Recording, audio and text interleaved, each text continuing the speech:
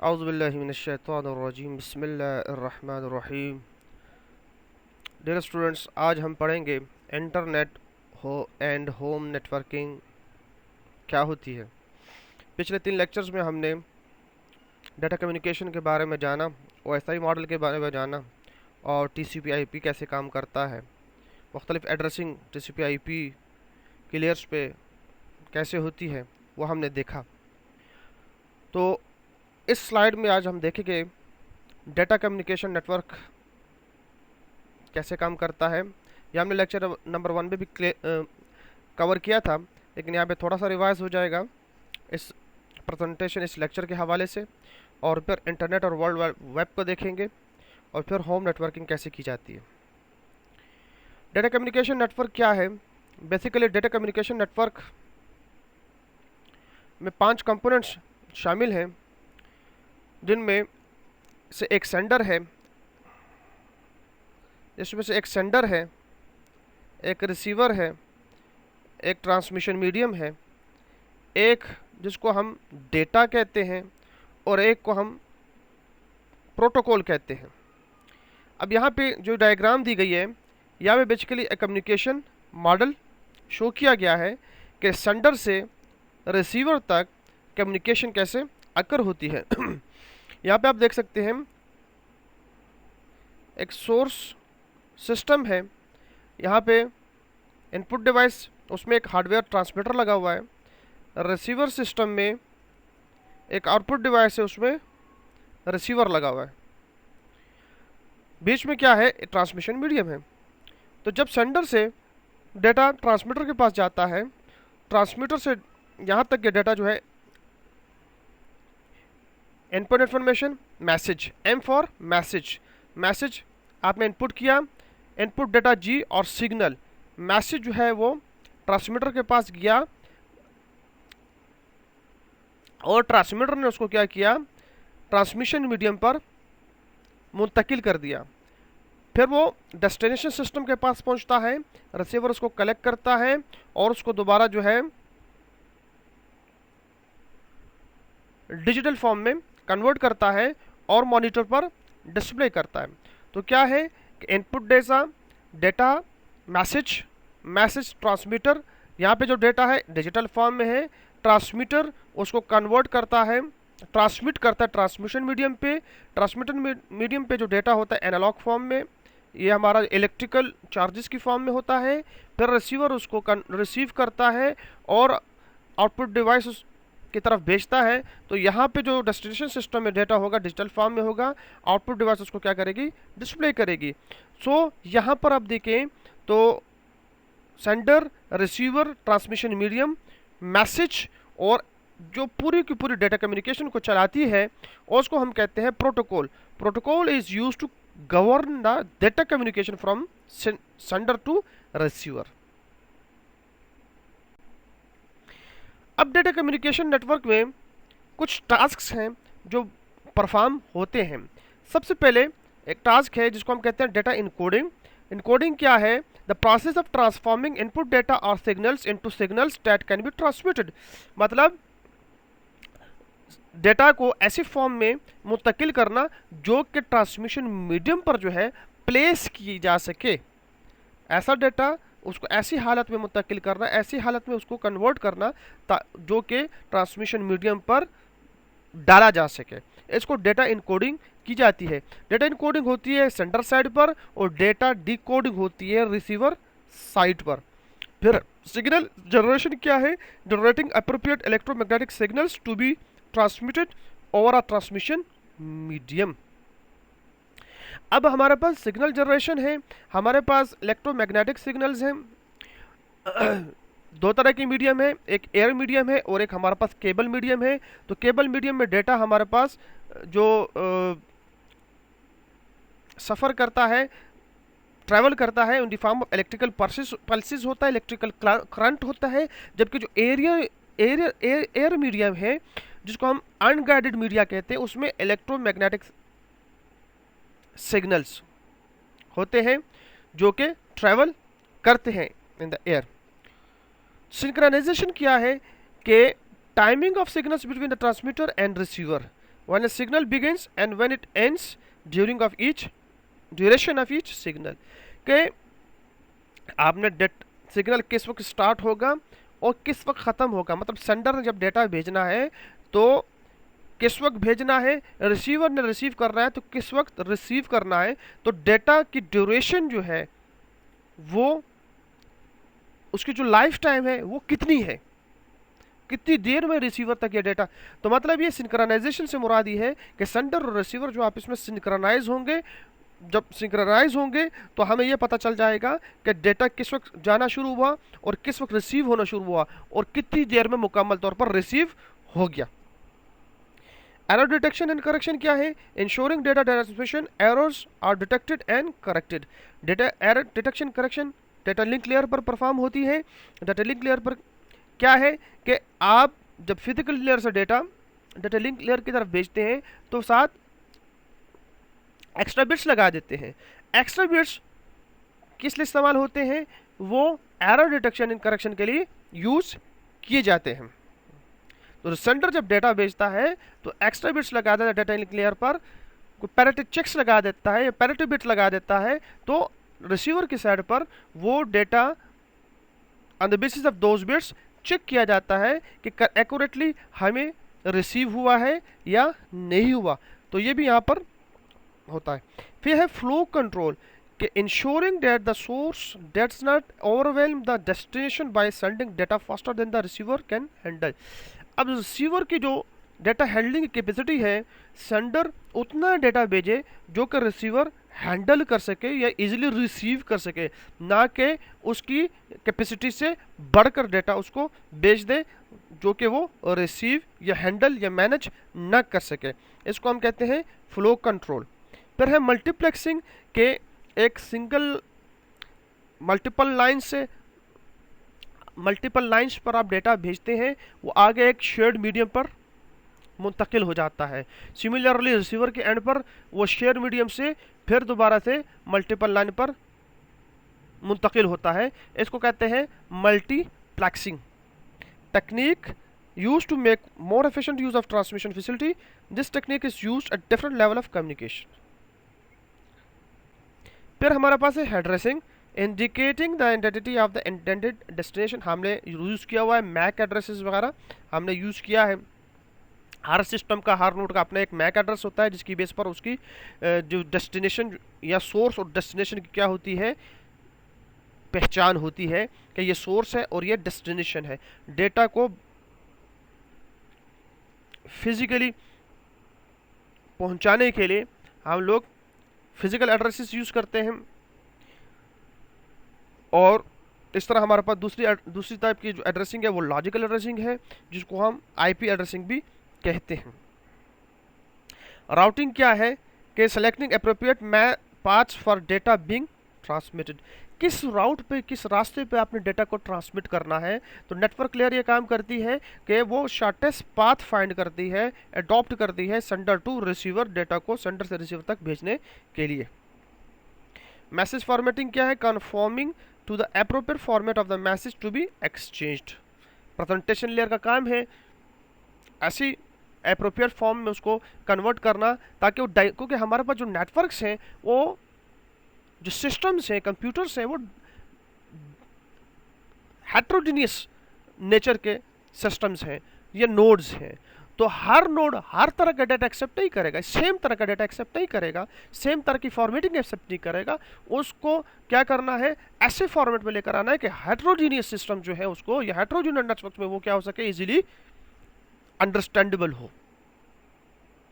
Security is another task ensuring secure message transmission के sender और receiver तक data easily and securely पहुंच जाए और एक्यूरेट डेटा जो है वो डिलीवर हो जाए रिसीवर को, और कोई भी हैकिंग ना हो, कोई उसके अंदर प्रॉब्लम ना हो, कोई उसको को स्टील ना कर सके, उसके अंदर चेंजेस ना कर सके।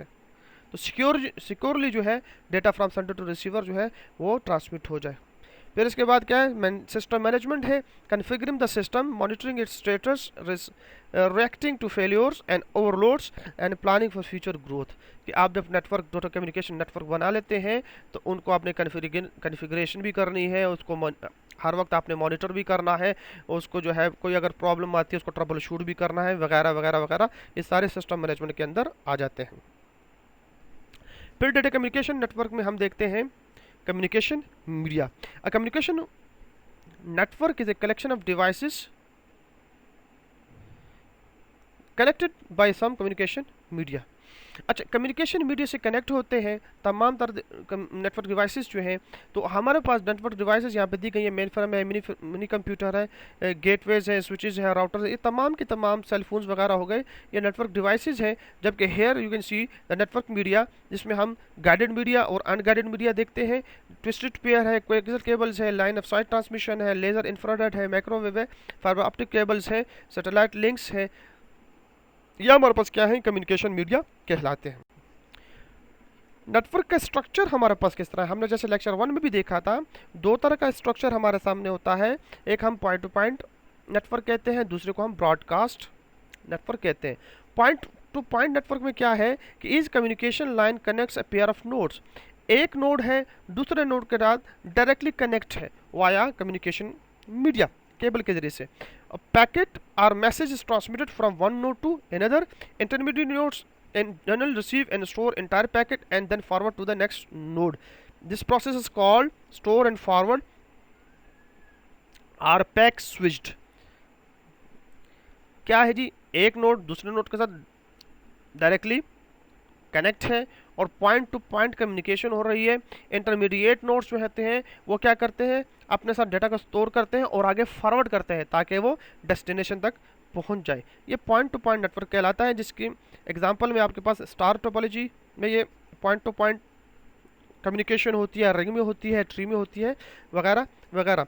ब्रॉडकास्ट में क्या होता है कि एक सेंडर जब किसी को, एक कंप्यूटर जब किसी को डेटा भेजना चाहता है तो वो जब डेटा डिलीवर करता है तो क्या होता है, वो बहुत से लोगों को बहुत से नोट्स को ब्रॉडकास्ट होता है। तो जिसको मिलना होता है वो भी रिसीव करता है, जिसको नहीं मिलना होता है वो भी उसको रिसीव करता है। तो जिसको मिलना होता है वो उसको रिसीव कर लेता है और नहीं मिलना होता वो रिसीव करता है लेकिन उसको क्या कर लेते हैं, डिस्कार्ड कर लेते हैं। Have a single packet communication line shared by all computers on the network, packet send by a host are received by all computers. और इसकी जो टोपोलॉजीज है वो कौन कौन सी है, बस टोपोलॉजी है, सैटेलाइट है, रेडियो है। ये हम अगले चैप्टर में ट्रांसमिशन मीडिया में इंशाल्लाह ये चीज़ें हम डिस्कस करेंगे। तो बस में भी हम ब्रॉडकास्टिंग करते हैं, सैटेलाइट में भी करते हैं, रेडियो में भी करते हैं। और रेडियो के बारे में आप जानते हैं कि ब्रॉडकास्ट करता है रेडियो, सैटेलाइट से भी सिग्नल्स ब्रॉडकास्ट होते हैं। ठीक है, यहाँ पे आप देखें कम्युनिकेशन, कंप्यूटर कम्युनिकेशन आर्किटेक्चर। तो कंप्यूटर कम्युनिकेशन के दो तरह के आर्किटेक्चर हैं, एक OSI हमने पढ़ा है, एक TCP/IP हमने पढ़ा है। डिटेल से हमने इंशाल्लाह दोनों हमको हमने देखा है। कंप्यूटर नेटवर्क में हमारे पास तीन तरह के नेटवर्क है, local area network, metropolitan area network, wide area network. Services कौन कौन सी हमें प्रोवाइड करता है कम्युनिकेशन नेटवर्क? एक कनेक्शन ओरिएंटेड सर्विस है, दूसरी हमारे पास कनेक्शन लेस सर्विस है। कनेक्शन ओरिएंटेड सर्विस है जैसे कि आप टेलीफोन के ऊपर बात करते हैं, दोनों आपस में कनेक्ट होते हैं और जब तक कनेक्ट रहते हैं तब तक आपकी गुफ्तगू चलती रहती है। आप वीडियो कॉल करते हैं, आप वॉइस कॉल करते हैं, मैसेंजर पर करते हैं, आप फेसबुक पे करते हैं, वगैरह वगैरह। तो इसमें क्या होता है, basically the path from the sender to receiver is fixed, resources are pre allocated at setup time. तो ये हमारा कनेक्शन ओरिएंटेड कम्युनिकेशन में तरीक़ेकार है। जबकि कनेक्शनलेस में क्या होता है कि model after the postal system, ये जो हमारा ख़त किताबत का पुराना सिस्टम है उसके बाद इसको मॉडल किया गया। No connection required but instead full addressing required in each message. ये बिल्कुल उसी तरह है, मैक एड्रेस जैसे कि हम यूज़ करते हैं, मैक एड्रेस हम यूज़ करते हैं जैसे कि हम घर का पता कागज़ पे लिख देते हैं, अब वो पहुंचता नहीं पहुंचता डजंट मैटर। ठीक है, बिल्कुल वही तरीक़ेकार है। कनेक्शन लेस कम्युनिकेशन है। The path is not fixed, रास्ता कोई फिक्स नहीं है, किस तरीके से वो डेटा जो है डेस्टिनेशन तक पहुंचता है कोई फिक्स नहीं है। रिसोर्सेज भी डायनामिकली एलोकेट होती हैं। डेफिनेटली जब पाथ फिक्स नहीं है तो रिसोर्सेज भी डायनामिकली क्या होंगी, एलोकेट होंगी। अब हमारे पास कुछ कम्युनिकेशन नेटवर्क की ऑर्गेनाइजेशंस हैं जो कि डेटा कम्युनिकेशन नेटवर्क के मुख्तलिफ चीज़ों की स्टैंडर्डाइजेशन के लिए काम करती हैं। ITU-T है, ISO है, ANSI है, IEEE है, IETF है, W3C है, ATMF है, TMF है। इन सब की एब्रीविएशन जो है मैंने साथ दे दी है, आप इसको नेट पे अपनी मज़ीद अंडरस्टैंडिंग के लिए देख सकते हैं। Internet and world wide web क्या चीज़ है? इंटरनेट आप जानते हैं, पहले भी हमने डिस्कस किया है कि a network of networks, a group of two or more networks that are interconnected physically and capable of communicating and sharing data with each other। अब हम तमाम आजकल जो है इंटरनेट यूज़ कर रहे हैं,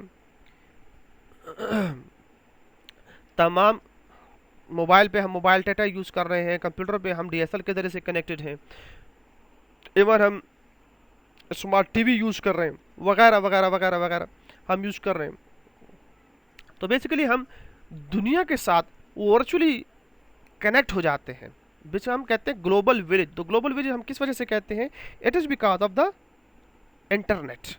इंटरनेट के ज़रिए से पाकिस्तान में पेशावर में बैठा हुआ बंदा वो अमेरिका में बैठे हुए बंदे के साथ within no time connect हो जाता है और अपनी बातचीत कर सकता है, डेटा कम्युनिकेट कर सकता है। जब इंटरनेट जो है वो बेस करता है TCP/IP सूट के ऊपर, transmission control protocol oblique internet protocol that enables different type of machines on separate networks to communicate and exchange information। यह हमने पिछले लेक्चर में बहुत डिटेल से देखा था। फिर इंटरनेट जो है आपको मुख्तलिफ सर्विसेज और टूल्स प्रोवाइड करता है, जैसे कि आप ईमेल भी करते हैं, आप फाइल शेयरिंग भी करते हैं, आप न्यूज़ वगैरह ब्लॉग्स वगैरह बनाते हैं, आप ऑडियो वीडियो कॉन्फ्रेंसिंग भी करते हैं, आप वर्ल्ड वाइड वेब यूज़ करते हैं, नेटवर्क मैनेजमेंट भी करते हैं, आप ऑनलाइन क्लासेस भी लेते हैं, वगैरह वगैरह और भी बहुत सी सर्विसेज हैं। आप फेसबुक यूज़ करते हैं, सोशल मीडिया वगैरह आप यूज़ करते हैं। वर्ल्ड वाइड वेब की तरफ अब आते हैं। वर्ल्ड वाइड वेब क्या काम करता है?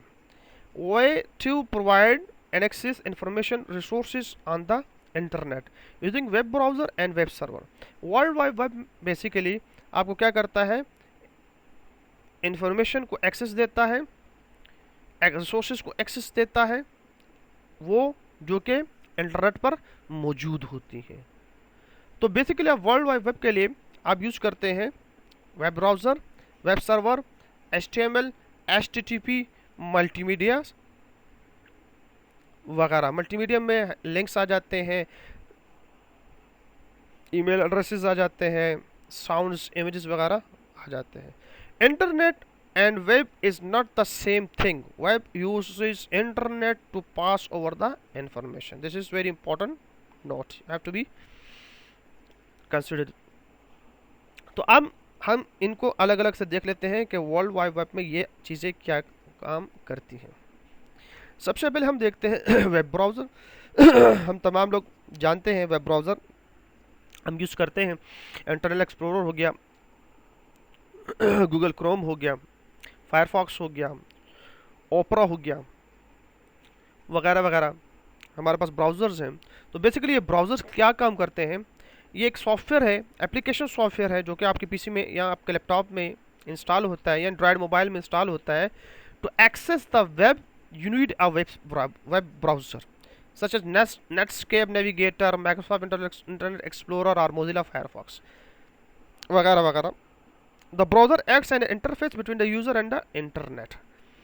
अब ब्राउज़र एप्लीकेशन सॉफ्टवेयर है, ये एक इंटरफेस आपको प्रोवाइड करता है जिसके थ्रू आप क्या करते हैं? इंटरनेट को एक्सेस करते हैं।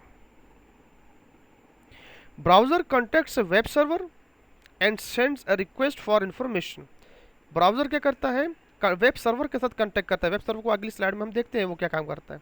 रिसीव्स द इंफॉर्मेशन ब्राउज़र उसको रिसीव करता है इन्फॉर्मेशन को and then displays it on the user's computer, और कहाँ पे डिस्प्ले करता है, यूज़र के कंप्यूटर पर उस इन्फॉर्मेशन को डिस्प्ले करता है। मतलब समझ आ रही है, ब्राउज़र क्या करता है, फॉर एग्जाम्पल आप लिखते हैं youtube.com, तो वो इस इन्फॉर्मेशन को कहाँ भेजेगा, वेब सर्वर की तरफ जहाँ पे यूट्यूब पड़ी हुई है, जो यूट्यूब का वेब सर्वर है वहाँ। फिर उसके बाद वहाँ से जो इन्फॉर्मेशन आएगी ब्राउज़र फिर रिसीव करेगा और आपके सामने उसका पेज ओपन हो जाएगा। The browser can be graphical और text based and can make the internet easier to use and more.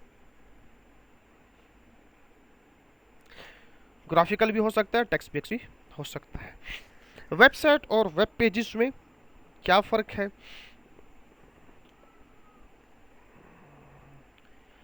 Page available on the website is called a web page, and first page of any website is called home page for that site. Web page क्या है? Available वो page जो कि website का हिस्सा होता है, जो एक सिंगल पेज है उसको हम वेब पेज कहते हैं, जबकि website consist of number of web pages that are interlinked to each other such as facebook.com। ये पूरी की पूरी एक वेबसाइट है। youtube.com ये पूरी की पूरी क्या है, एक वेबसाइट है। इसके अंदर हमारे पास न्यूमरस वेब पेजेस मौजूद होते हैं जो आप इसमें इंटरलिंक्ड होते हैं। Website tutorials.com is a collection of various pages written in HTML markup language. This is a location on the web where people can find tutorials on latest technologies. Similarly, there are millions of websites available on the web.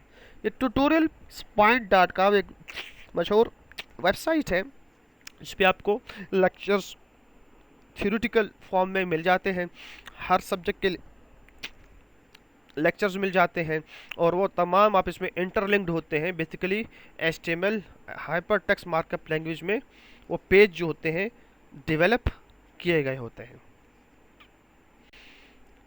Web server क्या काम करता है? Every website sits on a computer known as a web server. अब जो website हम बनाते हैं उसके लिए हम कोई ना कोई वेब सर्वर बनाते हैं। वेब सर्वर का काम क्या है? To provide services to the client. Web server क्या करता है? वेब सर्विसेज प्रोवाइड करता है to the client. Client mean the user.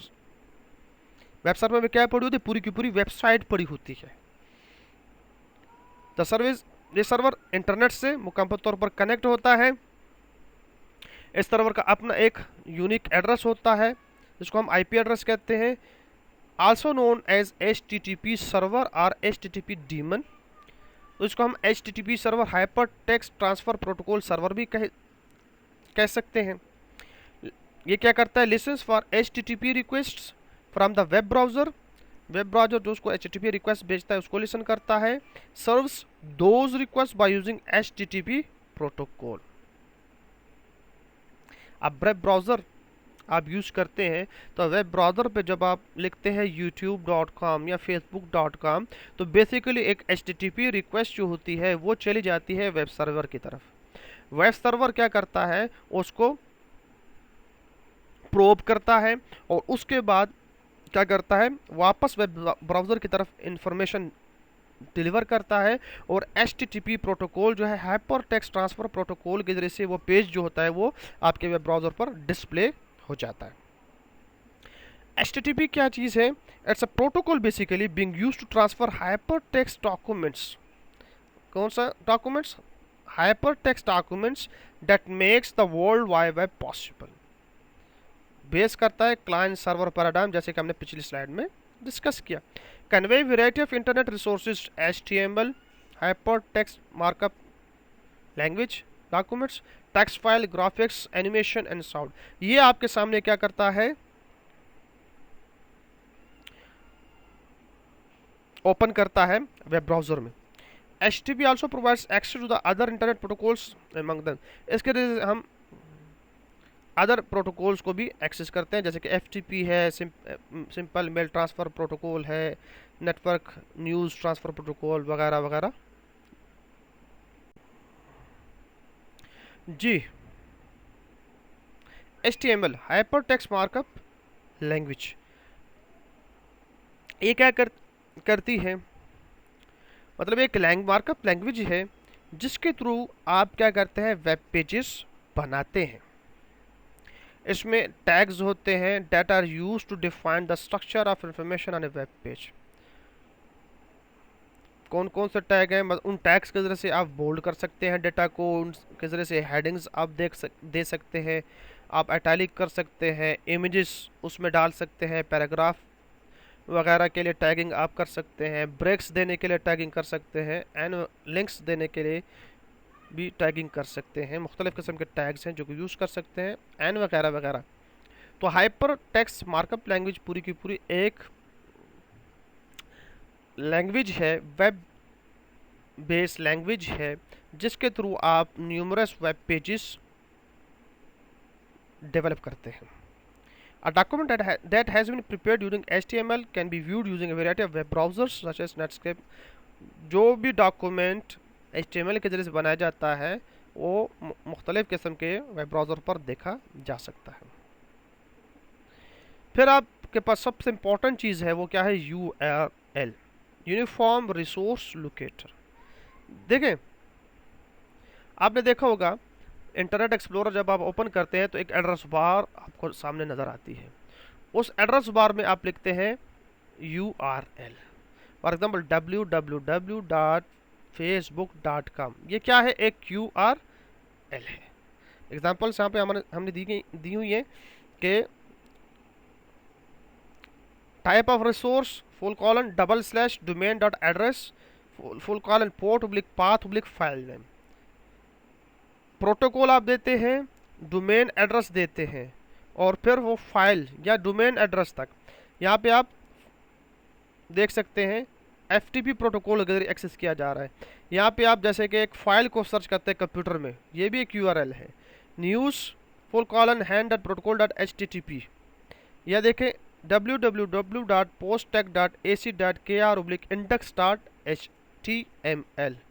ये उसका आप पहला पेज, इंडेक्स वाला पेज एक्सेस कर रहे हैं। HTTP क्या है, एक प्रोटोकॉल है। ये क्या है, एक डोमेन नेम है, और ये आपका है पेज जिसको आप एक्सेस कर रहे हैं। DNS क्या है, DNS stands for domain name system. अच्छा, अब देखें, when someone types in your domain name www.example.com, अब ये क्या है, एक domain name है example.com। Your browser will ask the domain name system to find the IP that hosts your site। अब browser will ask the DNS, वो DNS domain name system को पूछेगा कि भाई ये जो www.example.com है इसका IP जो है वो मालूम करो, that host your site। IP किसका मालूम करना है, बेसिकली इस डोमेन का, example.com का IP मालूम करो, क्योंकि कम्युनिकेशन सारी हमारी IP पर होती है। When you register your domain name, आप जब अपना डोमेन नेम रजिस्टर करते हैं, for example example.com, your IP address should be put in a DNS। आपका IP एड्रेस कहाँ पे पुट किया जाता है, for this domain name DNS में पुट किया जाता है, along with your domain name, इस डोमेन नेम के साथ। Without doing it, your domain name will not be functioning properly।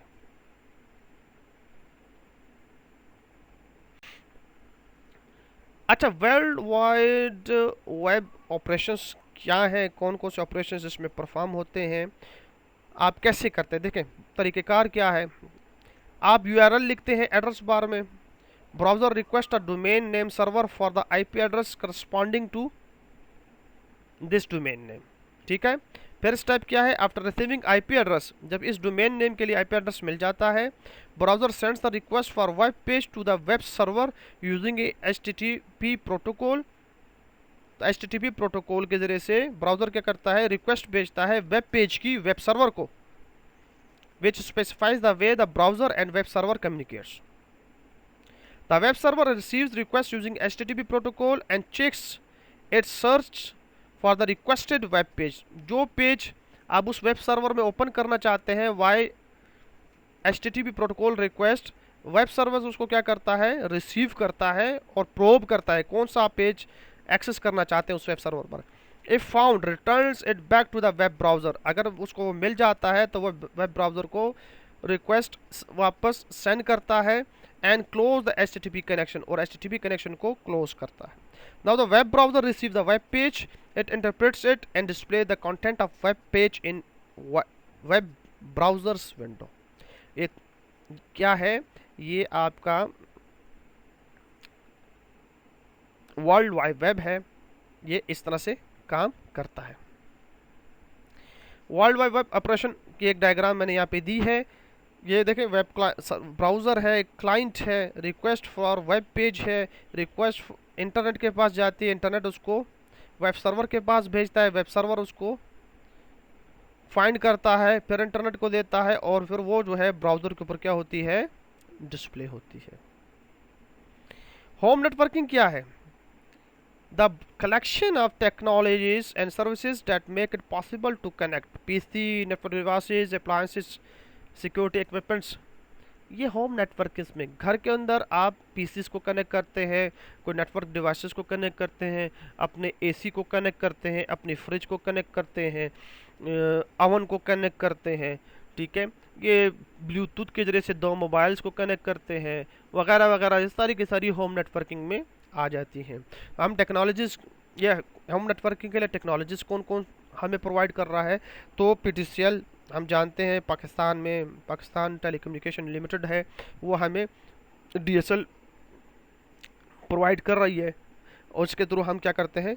Connect होते हैं, और इंटरनेट पे हम नंबर ऑफ़ कंप्यूटर से कनेक्ट होते हैं, डेटा शेयरिंग करते हैं. HFC है, ये जो केबल टीवी आप लोग घरों में यूज़ करते हैं, ये भी होम नेटवर्क वगैरह के लिए हम यूज़ करते हैं. लोकल एरिया नेटवर्क हम घरों में बनाते हैं, और इसके अलावा वायरलेस नेटवर्क हम बनाते हैं.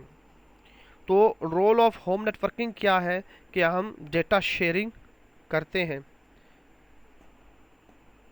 कम्युनिकेशन हम टेलीफोन के ज़रिए से करते हैं, वीडियो फ़ोन के ज़रिए से चैटिंग भी हम करते हैं, वीडियो कॉन्फ्रेंसिंग, ऑडियो कॉन्फ्रेंसिंग भी हम करते हैं, गेम्स वगैरह भी हम इस पे हम खेलते हैं, टीवी भी, स्मार्ट टीवी वगैरह इंटरनेट पर हम देखते हैं. और इसके अलावा जो है हम जो है CCTV कैमरास को भी कंट्रोल करते हैं, सिक्योरिटी मेजर्स के लिए अप्लायंसेस को भी हम तमाम कंट्रोल करते हैं. ये सारा का सारा होम नेटवर्किंग के ज़रिए से हम करते हैं.